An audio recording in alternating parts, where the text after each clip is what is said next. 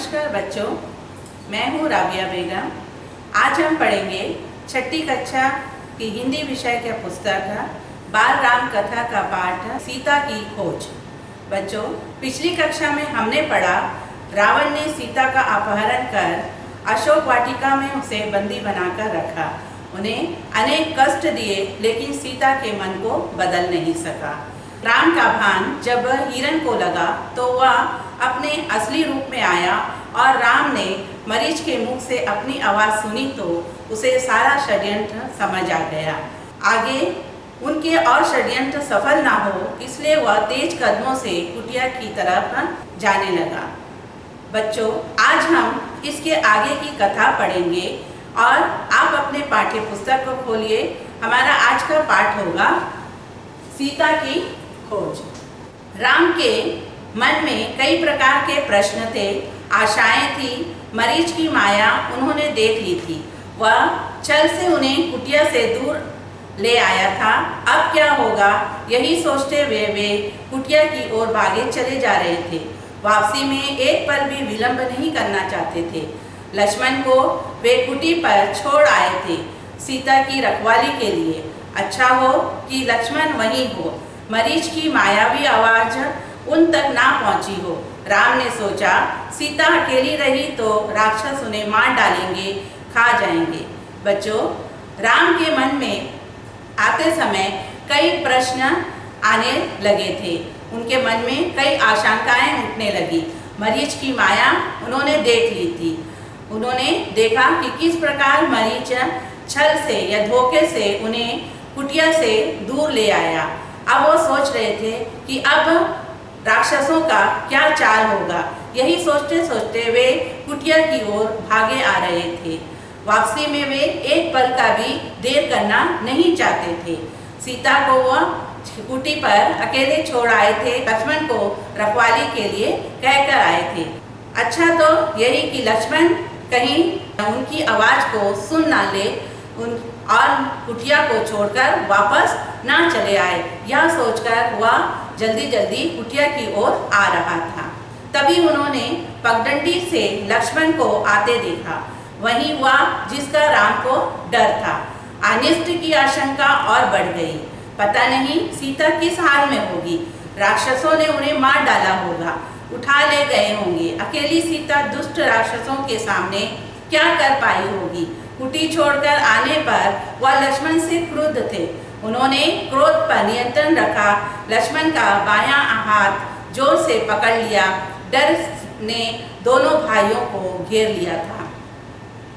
बच्चों, तभी राम ने लक्ष्मण को एक पगडंडी मतलब पैदल चलने का छोटा रास्ता, तो पगडंडी से उसे आते हुए देखा तो उन्होंने समझ लिया था कि अब क्या होने वाला है। वह सोचा कि सीता अब अकेली होगी, राक्षस उससे जरूर मार डाले होंगे या उन्हें कष्ट पहुंचाए होंगे। वह लक्ष्मण के ऊपर उनसे क्रोध आ रहा था। अपने क्रोध पर वह नियंत्रण करते हुए उन्होंने लक्ष्मण का बायां हाथ जोर से पकड़ लिया। दोनों भाइयों के मन में डर ने घेरा कर लिया था। देवी सीता ने मुझे विवश कर दिया भ्राते। उनके कटु वचन मैं सहन नहीं कर सका, कटाक्ष और उल्हाना नहीं सुन सका। मैं जानता था कि आप सब कुशल होंगे। आपकी सुरक्षा को लेकर मेरे मन में कोई संदेह नहीं था। तब भी मुझे कुटिया छोड़कर आना पड़ा, लक्ष्मण ने कहा। बच्चों, तब लक्ष्मण ने अपने भाई से कहा कि देवी सीता ने मुझे विवश कर दिया था, इसलिए मुझे कुटिया छोड़कर आना पड़ा है। देवी सीता के कटु वचन को मैं सहन नहीं कर सका और मुझे ये भी मालूम था कि आप कुशल होंगे। आपकी सुरक्षा को लेकर मेरे मन में कोई संदेह नहीं था, लेकिन फिर भी माता ने मुझे विवश किया, इसलिए मुझे कुटिया छोड़ना पड़ा। बच्चों, आगे देखिए। यह तुमने अच्छा नहीं किया। मुझे मेरी आज्ञा का उल्लंघन नहीं करना चाहिए। अब जल्दी चलो, मेरा मन चिंतित है। सीता ना जाने किस हाल में होगी, कैसी होगी। मायावी राक्षसों का कोई ठिकाना नहीं। राम ने चलने की गति और बढ़ा दी। बच्चों, आगे राम ने लक्ष्मण से कहा कि तुमने ये अच्छा नहीं किया, तुमने मेरी आज्ञा का उल्लंघन नहीं करना चाहिए था। अब जल्दी चलो, सीता अकेले होगी, पता नहीं किस हाल में होगी। मायावी राक्षसों ने उन्हें कुछ तंग तो नहीं किया होगा। अब दोनों भाई तेज कदमों से कुटिया की तरफ बढ़ने लगे। कुटिया अभी कुछ दूर ही थी पर दिखाई पड़ने लगी थी। राम ने वहीं से पुकारा, सीते तुम कहाँ हो? जैसा कि उन्हें पता चल गया हो कि सीता आश्रम में नहीं है। कुटिया मौन रही, वहां से कोई उत्तर नहीं मिला। राम की बेचैनी बढ़ गई। उनकी एक आवाज से कहीं से भी उपस्थित हो जाने वाली सीता वहां नहीं थी। अनुपस्थिति बोलती कैसे? तो बच्चों, कुटिया अभी कुछ दूर में थी, लेकिन कुटिया उन्हें दिखाई देने लगी। राम वहीं से जोर से पुकारने लगे, सीते सीते, लेकिन सीता तो आश्रम में थी नहीं, इसलिए वहां से कोई उत्तर उन्हें नहीं मिला। उनकी बेचैनी बढ़ गई। एक आवाज पर सीता जब उसके सामने उपस्थित होने वाली वह सीता अब वहां पर नहीं थी। इससे राम की बेचैनी और बढ़ने लग गई। राम की आवाज पेड़ों से टकराकर हवा में विलीन हो गई, कुटिया के शून्य में समा गई। राम पुकारते रहे, उत्तर में उन्हें हर बार सन्नाटा ही मिला।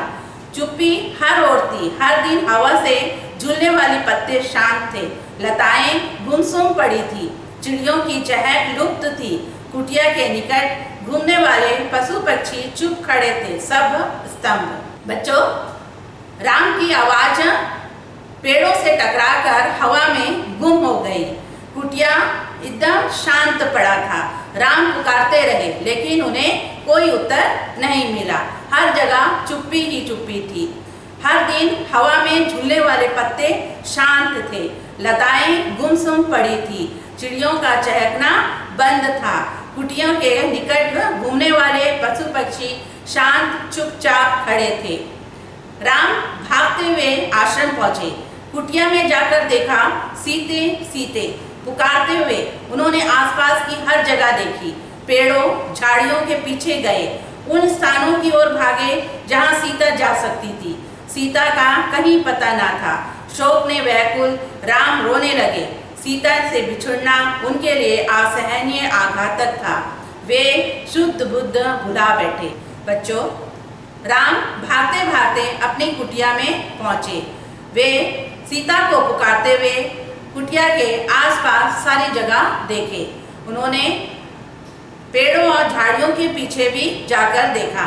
वे उन स्थानों पर भी गए जहां सीता जा सकती थी। सीता का कहीं नहीं पता था। वे परेशान होकर रोने लगे। सीता से बिछड़ना उसके लिए वह असहनीय था। वे अपने होश खो बैठे। बच्चों, विरह में वे गोदावरी नदी के पास गए। उससे पूछा, तुमने सीता को कहीं देखा है? नदी ने कोई उत्तर नहीं दिया। वे पंचवटी के एक एक वृक्ष के पास गए। सबसे पूछा, कोई सीता का पता बता दे। हाथी के पास गए, शेर से पूछा, फूलों से पूछा, चट्टानों पत्थरों से प्रश्न किया। शोक संतप राम भूल गए कि चट्टानें नहीं बोलती है, पेड़ पौधे बात नहीं करते हैं, उनकी भाषा मौन है, उनके उत्तर भी मौन ही हैं। बच्चों, राम इसके बाद गोदावरी नदी के पास गए। उनसे पूछा कि तुमने सीता को कहीं देखा है? लेकिन नदी ने कोई उत्तर नहीं दिया। उसके बाद वे पंचवटी के एक एक वृक्ष के पास गए। उनसे भी पूछा, लेकिन सभी ने कोई उत्तर नहीं दिया। उसके बाद वे हाथी के पास गए, शेरों से पूछा, फूलों से पूछा, चट्टानों से पूछा, लेकिन सब चुप थे, किसी ने कोई उत्तर नहीं दिया। राम की मानसिक स्थिति विक्षिप्त जैसी थी। एक बार उसे लगा कि सीता वहीं है कुटिया के पास, अभी भागकर पेड़ के पीछे छिप गई है उन्हें खिजाने के लिए। बच्चों, राम की अब जो मानसिक स्थिति है वह पागलों जैसी हो गई थी। विक्षिप्त मतलब पागल, ठीक है? तो उसकी स्थिति जो है पागलों जैसी हो गई थी। एक बार उन्हें लगा कि सीता वहीं पर है और उसे जो है सताने के लिए या उसको चिढ़ाने के लिए, खिजाने मतलब चिढ़ाना, उसे चिढ़ाने के लिए वह भागकर पेड़ के पीछे छिप गई होगी। तब राम ने उनसे कहा, मेरे साथ परिहास मत करो। परिहास मतलब मजाक। मेरे साथ परिहास मत करो सीते। राम उस पेड़ के पीछे की ओर दौड़ पड़े, लेकिन वहां उसे सीता नहीं मिली और वे निराश होकर पेड़ के नीचे बैठ गए। उसके बाद आगे देखो बच्चों, राम का दुख लक्ष्मण से देखा नहीं जा रहा था। उनका व्यवहार सहन नहीं हो रहा था। वे राम के निकट गए। विलाप करते राम ने कहा, मैं सीता के बिना नहीं रह सकता। तुम अयोध्या लौट जाओ लक्ष्मण। मैं वहां नहीं जाऊंगा, यहीं प्राण दे दूंगा। मैं सीता के साथ आया था, उसके बिना कैसे लौटूंगा? नगर वासियों को क्या मुंह दिखाऊंगा? तुम जाओ, मुझे यहीं छोड़ दो। तो बच्चों, जब लक्ष्मण ने राम को रोते हुए देखा तो वह उसके पास गया और उनसे कहने लगा, और उसके पास गया। राम ने लक्ष्मण से कहा कि मैं सीता के बिना यहाँ से नहीं जाऊंगा। मैं सीता के बिना रह नहीं सकता। तुम अयोध्या वापस लौट जाओ। मैं वहाँ नहीं जाऊंगा। मैं यहीं रहकर अपने प्राण त्याग दूंगा। मैं सीता के साथ यहाँ आया था। मैं उनके बिना कैसे लड़ूंगा? मैं नगरवासियों को क्या मुंह दिखाऊंगा? इसलिए तुम वापस चले जाओ, मुझे यहीं रहने दो। आप आदर्श पुरुष है, आपको धैर्य रखना चाहिए। इस तरह दुख से कातर नहीं होना चाहिए। हम मिलकर सीता की खोज करेंगे। वे जहाँ भी होगी हम उन्हें ढूंढ निकालेंगे। सीता हमारी प्रतीक्षा कर रही होगी। लक्ष्मण ने उसे ढांढस बांधते हुए कहा। बच्चों, तब लक्ष्मण ने कहा कि आप तो वीर पुरुष हैं, आपको अपना धैर्य रखना चाहिए। इस तरह दुख में बिखरना नहीं चाहिए। हम मिलकर सीता की खोज करेंगे। वे जहाँ भी होगी हम उसे ढूंढ निकालेंगे। सीता हमारी प्रतीक्षा कर रही होगी, हमें उनको ढूंढना चाहिए। राम शांत हुए पर थोड़ी देर के लिए हाँ प्रिय कहते हुए पुनः विलाप करने लगे। लक्ष्मण की बात सुनकर राम कुछ देर तो चुप हो गए, लेकिन फिर वे रोना शुरू कर दिए। इसी बीच आश्रम के आसपास भटकने वाला हिरणों का एक झुंड राम लक्ष्मण के निकट आ गया। राम को लगा कि हिरण सीता के बारे में जानते हैं, उन्हें कुछ बताना चाहते हैं। हे मृग, तुम ही बताओ सीता कहाँ है? राम ने पूछा। हिरणों ने सिर उठाकर आसमान की ओर देखा और दक्षिण दिशा की ओर भाग गए। राम ने संकेत समझ लिया, हमें सीता की खोज दक्षिण दिशा में ही करनी चाहिए। उन्होंने लक्ष्मण से कहा, हिरण उसी ओर गए हैं। बच्चों, इसी बीच आश्रम में आसपास हिरणों का एक झुंड भटकने लगा और वे राम लक्ष्मण के पास आ गए। राम को लगा कि ये हिरण उन्हें कुछ सीता के बारे में बताना चाहते हैं, तो वे हिरणों के पास गए और उनसे कहने लगे कि मुझे सीता के बारे में कुछ बताओ। तब हिरणों ने अपना सिर आसमान की तरफ उठाया और दक्षिण दिशा की ओर भाग गए। तब राम लक्ष्मण से कहने लगे कि हमें सीता की खोज दक्षिण दिशा की ओर करनी चाहिए, क्योंकि हिरणों ने हमें ये संकेत दिया है। बच्चों, आगे देखो। वन में भटकते हुए उन्होंने एक टूटे हुए रथ के टुकड़े देखे। मरा हुआ सारथी और मृत घोड़े भी थे। वन में रथ का क्या प्रयोजन? उनके टूटने का क्या अर्थ? राम असमझ में पड़ गए। बच्चों, अब वे सीता को खोजते हुए वन में भटकने लगे। उन्हें भटकते समय एक टूटा हुआ रथ के टुकड़ा मिला, मरा हुआ सारथी मिला और मरे हुए घोड़े दिखाई दिए। वन में रथ का क्या काम? यहाँ उसके टूटने का क्या अर्थ है? राम सोच में पड़ गए। लगता है थोड़ी देर पहले यहाँ संघर्ष हुआ है। लक्ष्मण ने कहा, यह पुष्पमाला वही है जिसे सीता ने वेणी में गूंथ रखा था। निश्चित तौर पर सीता राक्षसों के चुंगल में फंस गई है।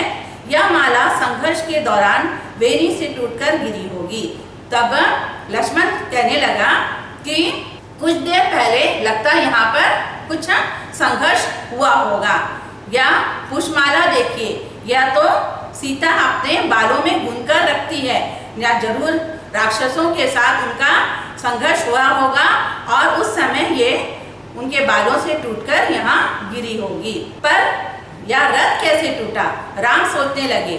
सीता के संघर्ष से यह नहीं टूट सकता। अवश्य किसी ने राक्षसों को चुनौती दी होगी, उनसे युद्ध किया होगा।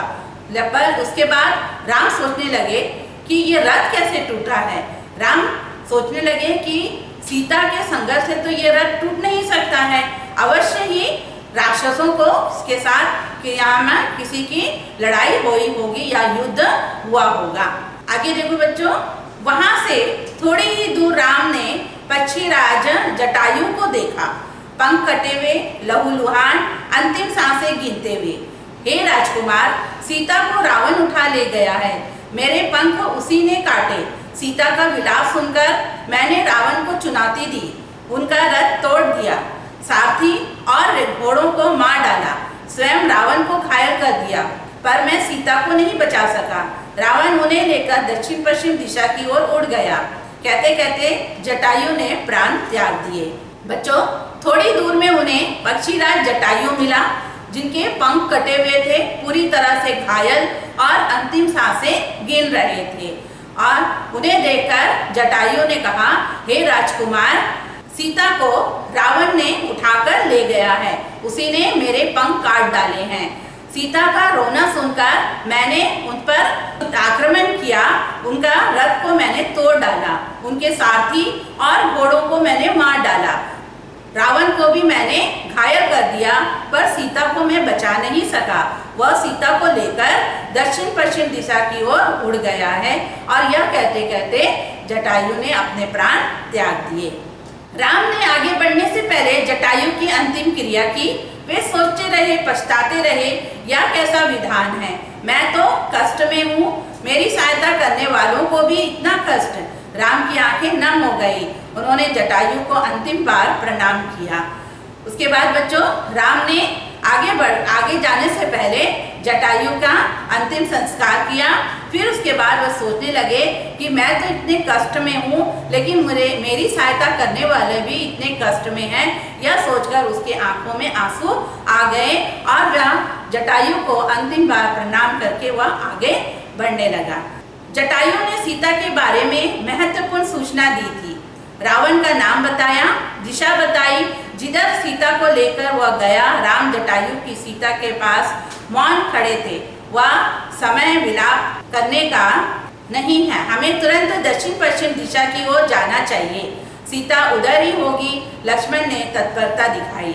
तो बच्चों, जटायु ने अंतिम सांस लेते समय उन्होंने सीता के बारे में महत्वपूर्ण जानकारी राम को दी। उन्होंने कहा कि सीता को रावण ले गया है और वह दिशा भी दिखाई जिस दिशा से उन्होंने सीता को लेकर गया है।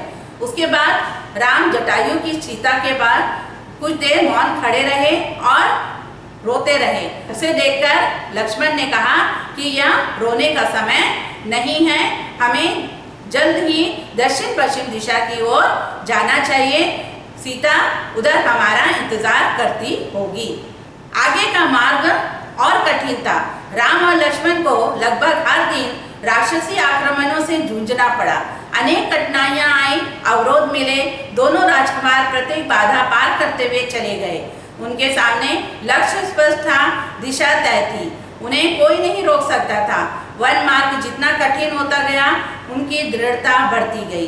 बच्चों, आगे का मार्ग राम और लक्ष्मण के लिए काफी कठिन था।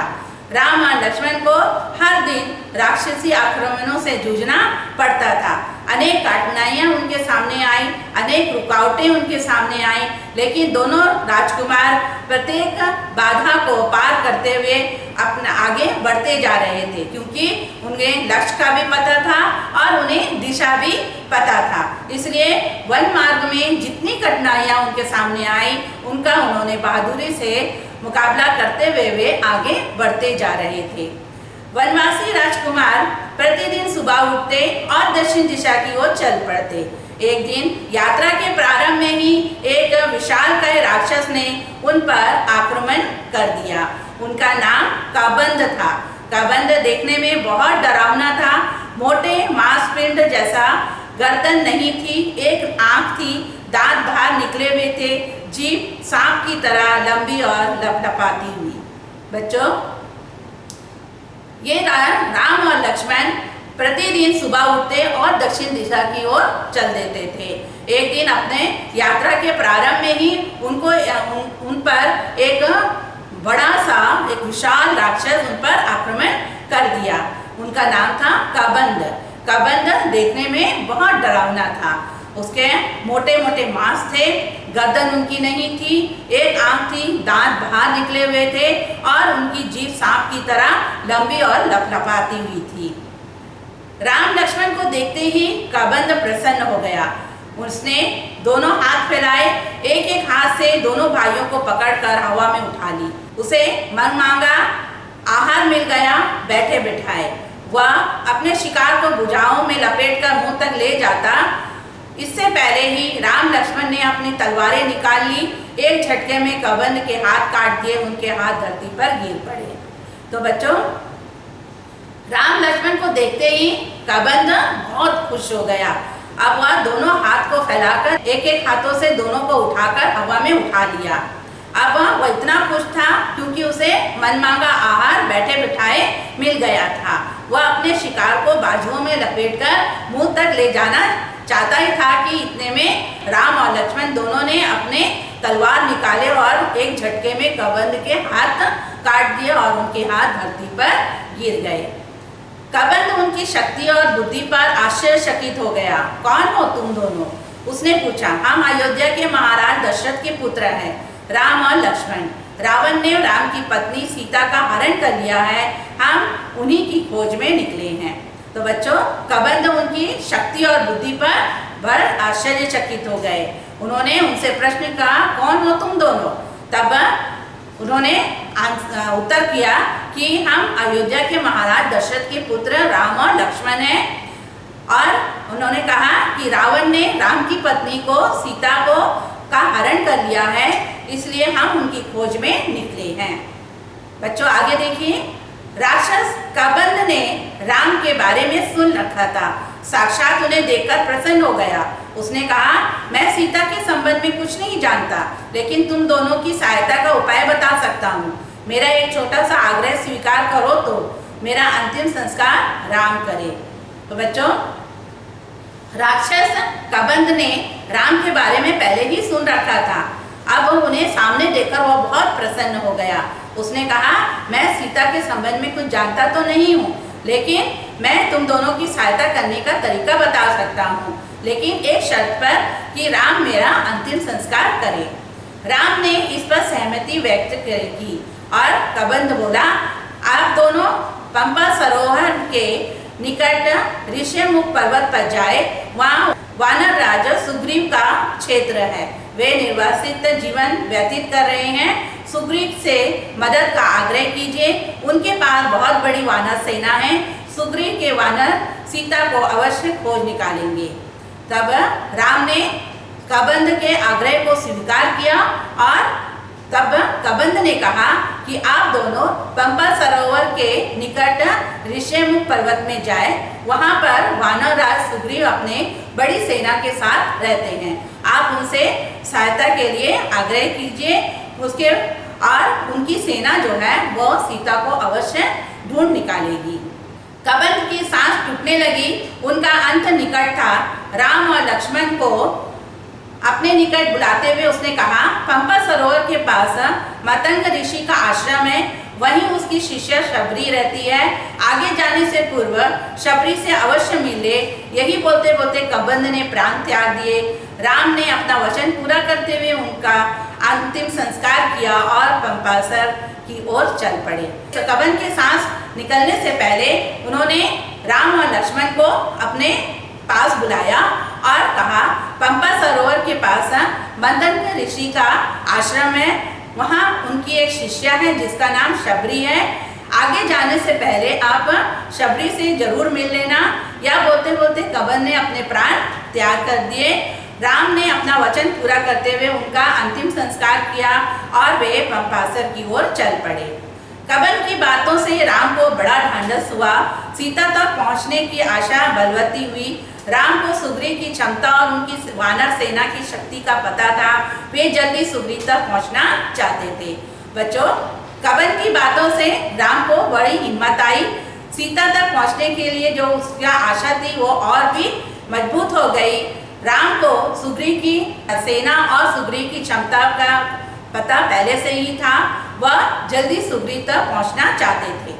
ऋष्मुक पर्वत का रास्ता पंपा सरोवर होकर जाता था। पंपासर का प्राकृतिक सौंदर्य अद्भुत था। मतंग ऋषि का आश्रम उसी सरोवर के किनारे था। लता कुंज से घिरा हुआ सरोवर का पानी मीठा था। सबरी की कुटिया आश्रम में ही थी। वह ऋषि की शिष्या थी। उसकी आयु बहुत हो गई थी। जंजर काया लेकिन आंख ठीक थी। हर पल राम की प्रतीक्षा से खुली हुई। ऋषि ने उसे बताया था कि एक दिन राम आश्रम में अवश्य आएंगे और उनसे मिलेंगे। बच्चों, ऋषिमुख पर्वत का रास्ता पंपा सरोवर से होकर जाता था और पंपा सरोवर का दृश्य, जो प्राकृतिक दृश्य है, वो बड़ा ही मनोहर था। मतंग ऋषि का आश्रम उसी सरोवर के किनारे था। वहां पर लता कुंज से घिरा हुआ था। वह आश्रम, सरोवर का पानी काफी मीठा था। सबरी की कुटिया भी उसी आश्रम में ही थी। वह ऋषि की शिष्या थी और उनके साथ रहती थी। बुद्ध की आयु काफी हो गई थी, लेकिन उनका शरीर बहुत कमजोर था। आंख लेकिन बहुत तेज थी। हर पल वह राम की प्रतीक्षा में बैठी रहती थी। ऋषि ने उसे बताया कि एक दिन राम अवश्य आएंगे और उनसे मिलेंगे।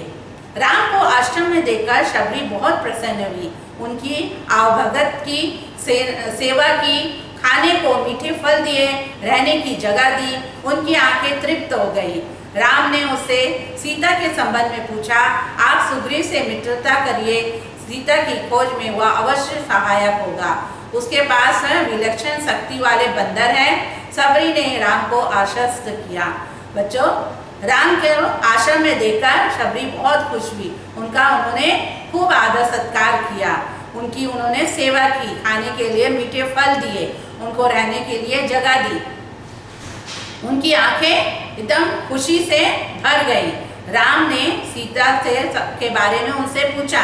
तब उन्होंने कहा कि आप सुग्रीव से मित्रता बढ़ाइए, उनसे मित्रता करिए। सीता की खोज में वह जरूर आपको मदद करेगा। उसके पास अद्भुत वानरों की शक्ति है और वे वानर सीता को अवश्य ढूंढ निकालेंगे। अगले दिन राम ऋष्मुक पर्वत चले गए। उनकी व्याकुलता अब और घट गई। मन की शांति लौट आई। तो बच्चों, अगले दिन राम ऋषिमुख पर्वत की तरफ निकल पड़े और उनकी जो परेशानी थी वह अब घट गई। उनके मन में अब शांति लौट आई थी। तो बच्चों, ये था आज का हमारा पाठ। अब हम इस पाठ में आधारित कुछ प्रश्नों का हल करेंगे। आप भी इसे ध्यान से देखिए। सीता की खोज में वन में भटकते राम और लक्ष्मण ने क्या देखा? तो इस प्रश्न का उत्तर है, सीता की खोज में भटकते राम लक्ष्मण ने वन में एक टूटे रथ के टुकड़े, मरा हुआ सारथी और मृत घोड़े देखे। पास की एक पुष्पमाला बिखरी पड़ी थी। दूसरा प्रश्न बच्चों, कबंध कौन था? कबंध एक विशालकाय डरावना राक्षस था। उसके शरीर मोटे मांसपिंड जैसा था। गर्दन नहीं थी, एक ही आंख थी, दांत बाहर निकले थे तथा जीभ सांप की तरह थी।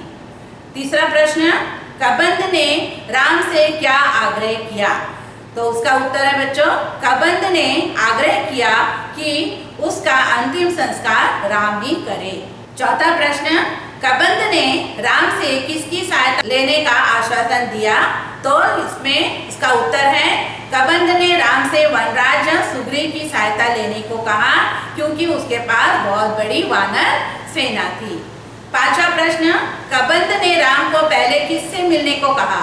इसका उत्तर है, कबंध ने राम को पहले मतंग ऋषि की शिष्या सबरी से मिलने को कहा। और छठा प्रश्न बच्चों, राम का मन कैसे शांत होने लगा? राम का मन सीता तक पहुंचने की आशा बलवती होने लगी तो उनका मन शांत होने लगा। तो बच्चों, ये था आज का हमारा पाठ। मैं आशा करती हूँ ये पाठ आप लोगों को अच्छी तरह समझ आया होगा। आप अपने घर में भी इसे और एक बार पढ़िए और अच्छी तरह आपको पाठ समझ आ जाएगा। नमस्कार, धन्यवाद।